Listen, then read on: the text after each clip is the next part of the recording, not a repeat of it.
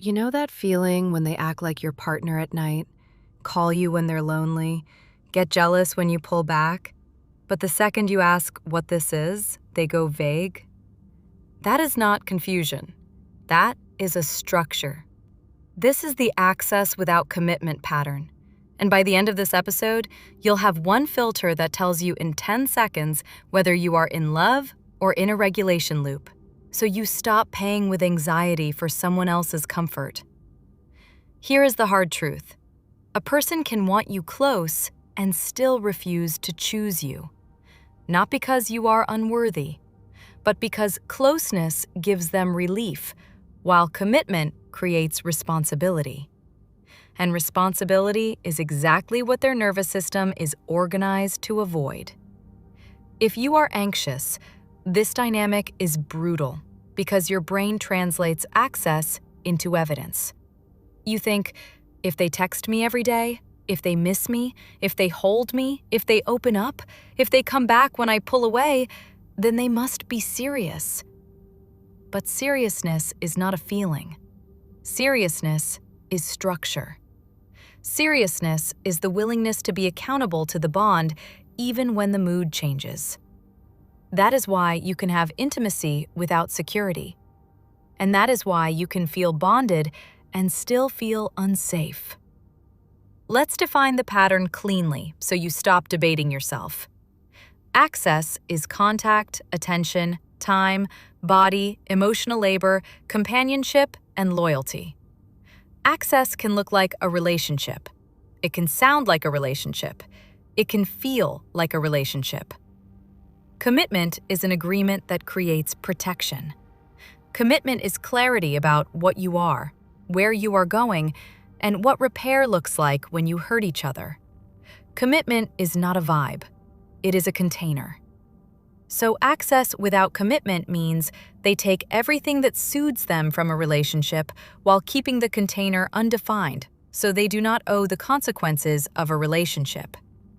They can be close when it feels good and disappear when it feels real. They can receive you, but they do not have to hold you.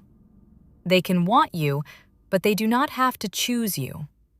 That is the difference between being near someone and being claimed by them. Now, I want to slow this down for 1 second because the anxious mind always gets trapped on one question. If they won't choose me, why do they keep coming back? And the answer is simpler than your brain wants it to be. Because access meets a need. Access gives them warmth without requiring responsibility. Access gives them relief without requiring repair. Access gives them companionship without forcing a decision that closes other doors. Access gives them a way to feel connected while still feeling independent. That is why the pattern survives. It is not random. It is not mysterious. It is not fate. It is a functional arrangement for their nervous system. And if it's functional for them, it will continue until it becomes expensive. The most important thing you can understand is that your pain is not proof that you are too much. Your pain is proof that you are living in a structure that does not protect you. Because a secure bond becomes calmer over time. Your body relaxes over time. Your mind quiets over time. In this pattern, your anxiety increases over time. Your mind gets louder. Your self-trust gets weaker. Your standards start to feel like guilt. That is how you know you're not in normal early dating slowness. You're in a regulation loop. Now, let's name what makes this loop feel like love. It is the alternating experience of closeness and withdrawal. When they come close, you feel relief. When they pull away, you feel distress. When they return, you feel relief again. Your brain starts to bond to the return, not to the person. The return becomes the drug. And if you are anxious, you will call that intensity chemistry, because you have learned to confuse relief with love. Meanwhile, the avoidant system is experiencing something different. When they come close, they may genuinely enjoy it. They may feel soothed by your warmth. They may feel seen. They may feel comforted. But when the connection starts to feel like a container, when it starts to feel like it has expectations, labels, accountability, future conversations, and especially repair, their body interprets that as threat. Not because you are threatening, because commitment feels like losing autonomy. Commitment feels like obligation. Commitment feels like being trapped inside someone else's emotional needs. That's the internal lens. So you get this exact cycle. They move toward you when it feels safe and free, and they move away when it feels accountable. And you, being anxious, move toward them when they move away because your body is trying to restore safety. Two systems chasing opposite forms of safety. That is why it is so hard to stop. So let's make it concrete. Here is a scene you will recognize. You're having a good stretch. They text more. They're sweet. They're consistent. They seem present. They call you first. They make plans. They say things like, "I missed you. I love being with you. You feel different. You're special. I'm not talking to anyone else. I don't want to lose you." And your nervous system starts to relax. Then you do the most normal human thing in the world. You say, "What are we? Where is this going?" Or you ask for one small structural thing. To meet a friend, to plan something further out, to define exclusivity, to have a conversation about the relationship. And suddenly, the air changes. They get quiet. They get vague. They say they don't like labels. They say they need to go slow. They say they're not ready. They say they're overwhelmed. They say they don't want pressure. They act like your question changed the mood, and you feel like you ruined something. Now your anxious system tries to fix. You soften. You backtrack. You say it's fine. You say you didn't mean it like that. You say you don't want to pressure them. You say you just wanted to understand. And you leave the conversation with less than you asked for, and somehow you feel guilty for wanting clarity. That is the access without commitment pattern. It trains you to associate your needs with loss. It trains you to believe that asking costs you connection. So you stop asking. You stop waiting. And waiting becomes your personality in the relationship. Now, here is what makes it worse. The relationship starts feeling like a private world. They may act partnered behind closed doors. They may share intimate stories. They may confide. They may be affectionate. They may have rituals. They may call you first when they are stressed. They may rely on you as emotional home. But they keep you out of the public structure of their life. Not necessarily because they are hiding you, but because public structure increases accountability. A public relationship is a container. It has social consequences. It has identity. It has responsibility. It is harder to be vague when other people know you are together. So they keep it private. They keep it flexible. They keep it undefined. That protects their nervous system. But it burns yours. Because your body knows what you are doing. You are acting like a partner. You are investing like a partner. You are regulating them like a partner. But you are not protected like a partner. And that creates the specific kind of exhaustion you feel when you are giving full energy to a situation that refuses to name itself. So let's stop treating this like a mystery and start treating it like a system. Systems have rules, and there is a rule in this system that you can use to end it. Here is the PsychBond filter. If the relationship calms them and dysregulates you, You are not building security, you are building regulation. That one sentence ends so much confusion because it turns your attention away from words and toward outcomes. Not what they claim they want, not what they say they feel, not how sweet they were on Tuesday. The outcome. Does this relationship make you more secure over time? Does it make you more calm over time? Does it build trust over time? Or does it make you more vigilant, more uncertain, more self-abandoning, more addicted to surges? That's the measurement. And I want to add a second filter that is equally important. If you have to shrink to keep them, you are not being loved. You are being managed. Real intimacy is when truth does not threaten the bond. Real intimacy is when your needs do not create punishment. Real intimacy includes repair. So let's talk about repair, because this is where avoidant patterns are revealed quickly. Many avoidant people can handle affection. They can handle chemistry. They can handle deep, late-night closeness. What they often struggle with is repair. Repair means staying present when something is uncomfortable. Repair means hearing impact without defending the self. Repair means taking responsibility for how they affected you. Repair means saying, I understand why that hurt, and here is what I'll do differently. Repair means letting the relationship have weight. And weight is what their system is trying to avoid. So watch what happens when you are hurt. Not when you are romantic, not when you are easy, when you are hurt.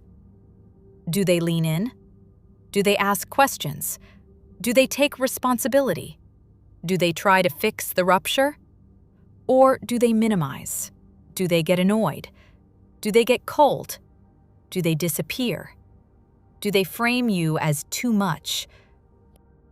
Because if they cannot repair, they cannot commit. Commitment is not a promise of constant happiness. Commitment is a promise of repair when you inevitably disappoint each other.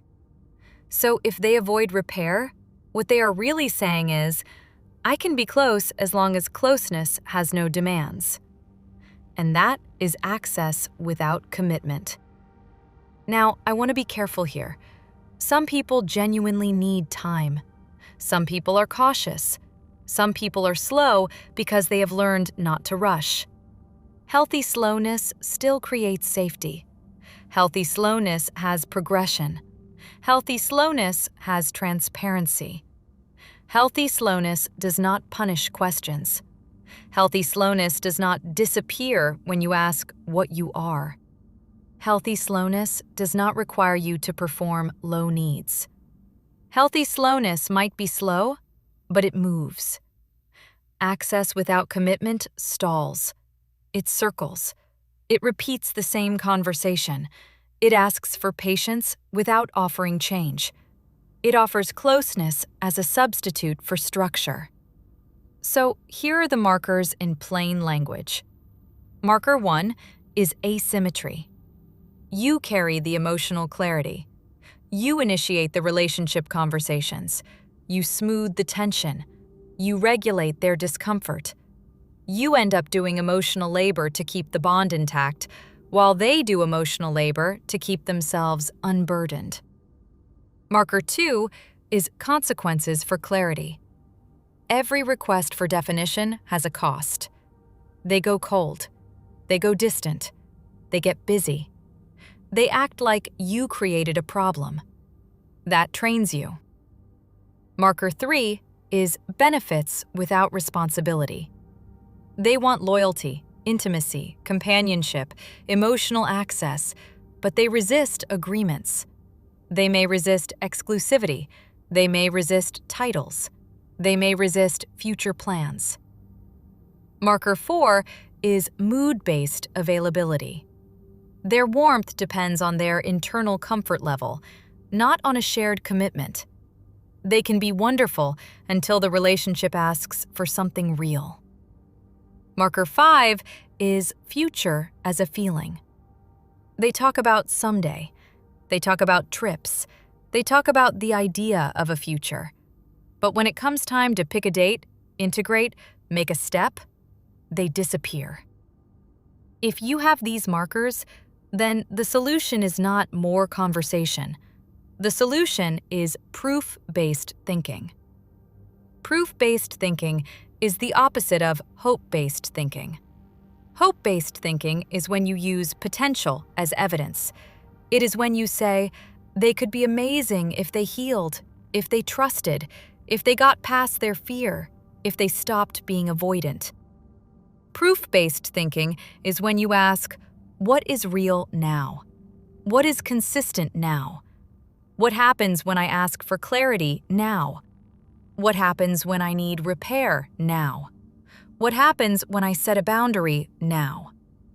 And this is where most people get stuck, because they hear boundary and they think it means drama.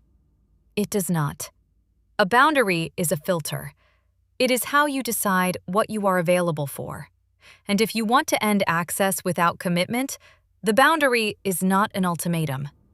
The boundary is a calm statement of your availability and a refusal to negotiate with ambiguity. Here is the line, and it matters that it is simple. I like you. I enjoy this, and I only do relationships that are clear and moving forward. I don't do access without commitment. If you are not ready for that, I respect it, but I'm not available for something undefined. That is warm. It is not dramatic. It is not punishing. It is not begging. It is clarity. And then you watch their behavior. A person who is capable does not punish clarity. They may be nervous, but they move toward a container that protects you. A person who wants access without commitment tries to keep the loop alive. And here is how they keep it alive. They offer a surge. They get sweeter. They get more affectionate. They suddenly show effort. They suddenly talk future. They suddenly say all the right things. Why? Because your boundary threatens access. Their system experiences the possibility of loss, so they move closer to restore access. This is why you must learn one more distinction: surge versus baseline. A surge is a response to threatened access. Consistency is a baseline that exists when nothing is threatened. If their best version appears only when you detach, then your withdrawal is the lever. And that is not partnership. That is management. It means they can provide effort, but they only provide effort when they are afraid of losing benefits. That is why it never stabilizes, because fear fades, and then the effort fades too. So if you want peace, you stop treating surges as proof. Surges are weather. You notice them. You do not build your future on them. You go back to your filter. Does this surge come with structure? Does it come with repair? Does it come with progression that costs something? If not, it is another loop. And this is where the anxious system needs the identity hit. Because the anxious system often believes that leaving is abandonment. It believes that staying is loyalty. But in this pattern, staying is not loyalty. Staying is self-abandonment. Staying is teaching your nervous system that you must accept less than you need to keep love. That is not love. That is conditioning. So let's talk about why this feels so hard to stop, even when you understand it. Because your brain has learned the relationship as a reward schedule. When love is steady, the brain relaxes. When love is unstable, the brain becomes obsessed. You do not think about consistent people all day. You think about uncertain people all day. Because uncertainty forces vigilance. Your brain tries to solve the pattern. It tries to predict. It tries to reduce risk. That is why you replay conversations. That is why you check your phone. That is why you interpret delays. That is why you become someone you don't recognize. And then you blame yourself, like you are needy, like you are crazy, like you are too attached. No. You are experiencing a nervous system response to unstable access.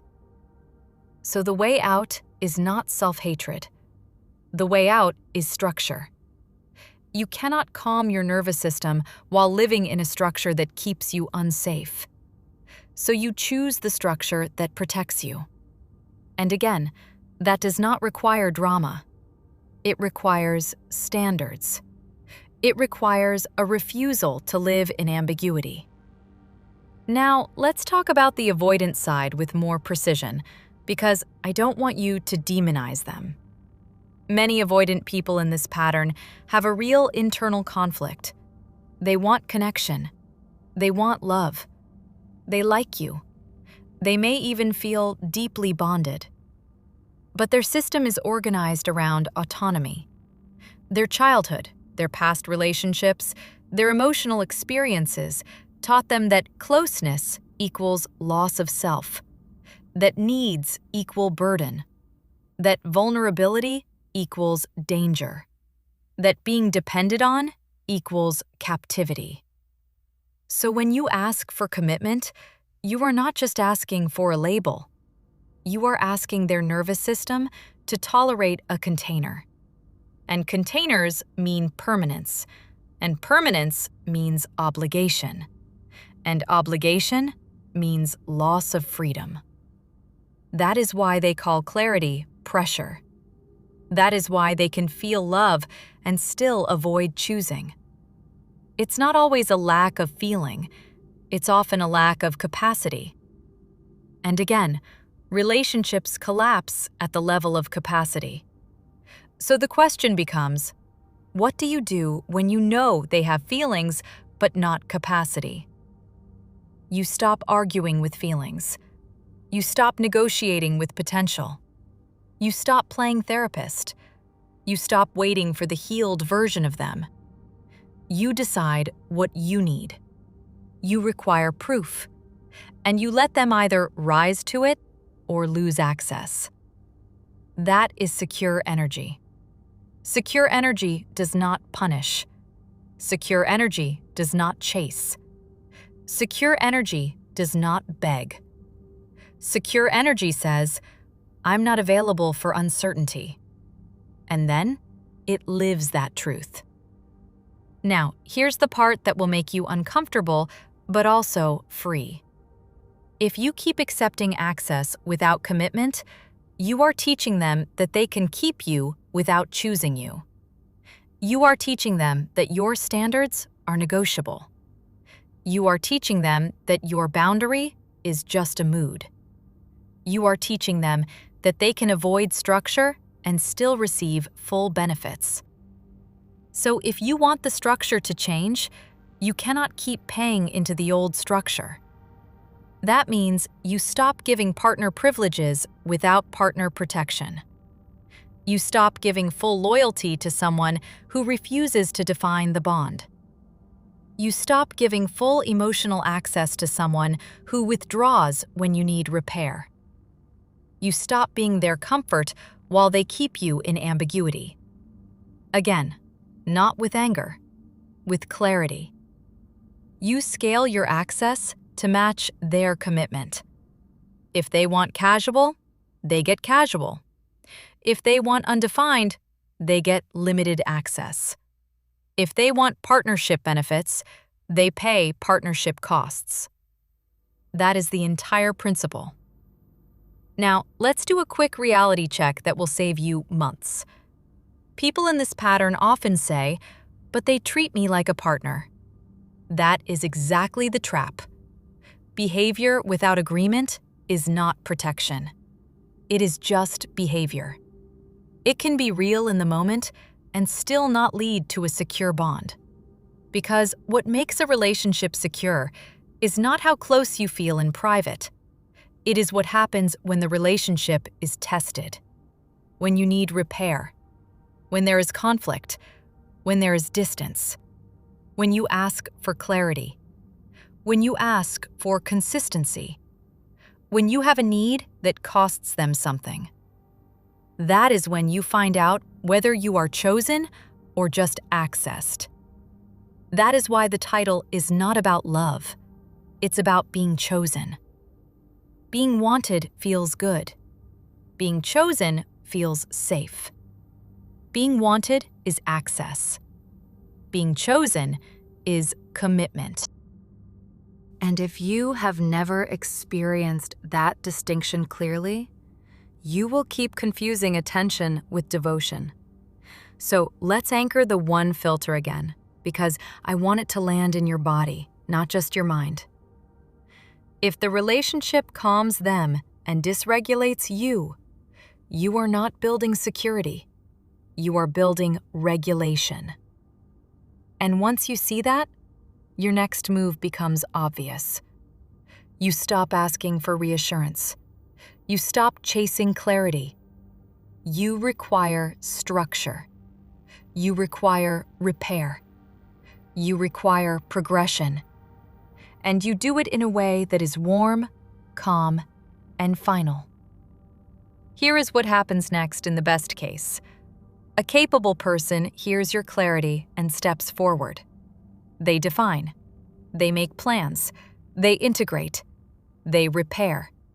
They become consistent. Not perfect. Consistent. In the other case, they cannot. They resist. They go vague. They get defensive. They pull away. They offer a surge. They try to keep you attached without choosing you. And that is where most people relapse. They take the surge as proof. But remember, surge is a reaction to threatened access. Baseline is choice. So you stay with your filter: structure, repair, progression. If they don't offer it, you don't stay. Because the goal is not to win them. The goal is to protect your nervous system and your future. And I want to say something that will sound almost too simple, but it's the core message of PsychBond. You do not need someone to understand you in order to treat you well. You do not need someone to heal in order to make basic choices. You do not need someone to be perfect in order to be consistent. You need willingness. You need capacity. You need a person who can hold a container without punishing you for needing one. That is what secure love is. It is not a constant high. It is not an obsession. It is peace. And if peace feels unfamiliar to you, it's because you have been living in almost. So if this episode gave you relief, don't confuse relief with proof. Take the filter and apply it. Does this relationship create stability over time, or does it create vigilance over time? Do they repair, or do they withdraw? Do they progress, or do they stall? Do they choose, or do they access? Those answers will tell you what you already know in your body. And if you are grieving because you realize you have been giving your life to a structure that cannot hold you, I want you to hear this part warmly. You are not behind. You are not broken. You are learning the difference between love that feels intense and love that is actually safe. And the moment you start requiring safety, you will stop being available for the loop. That is when your life changes. Welcome to PsychBond. You're safe here.